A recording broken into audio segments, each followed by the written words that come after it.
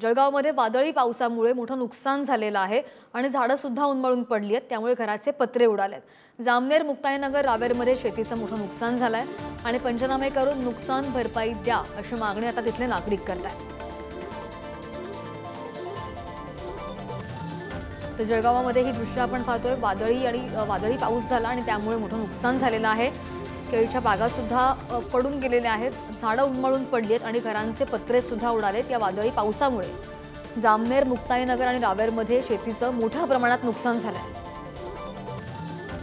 काल रात्री जळगाव जिल्ह्यात मोठा वादळी वाऱ्यासह झालेल्या पावसामुळे प्रचंड नुकसान झालेलं आहे। आपण बघू शकतो, आता आपण जामनेरमधील कापूसवाडी बोरनाळे परिसरात आहोत आणि या ठिकाणी केळी पिकाचं मोठ्या प्रमाणात नुकसान झालेलं आहे। काल मध्यरात्री आपण जर बघितलं तर वादळी वाऱ्यासह अवकाळी पाऊस झाला आहे। जामनेर मुक्ताईनगर बोदवडसह इतर तालुक्यांमध्ये मोठ्या प्रमाणात नुकसान झालेलं आहे। हजारो हेक्टरवरील केळी पीक असेल किंवा इतर फळबागांचं देखील नुकसान झाल्याची माहिती समोर आलेली आहे।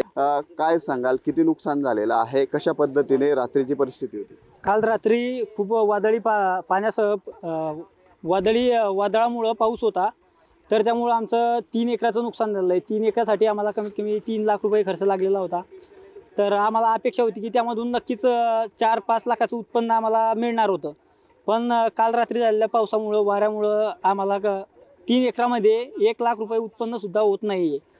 त्यामुळं सरकारला आमची एकच विनंती आहे की आमचा जो काही नुकसान झालेलं आहे त्याची आम्हाला काहीतरी मदत मिळावी, एवढी अपेक्षा करतो। या शेतकऱ्यांना शासनाने तात्काळ मदत करावी अशी मागणी या शेतकऱ्यांनी केली आहे। सचिन गोसावी, पुढारी न्यूज, जळगाव।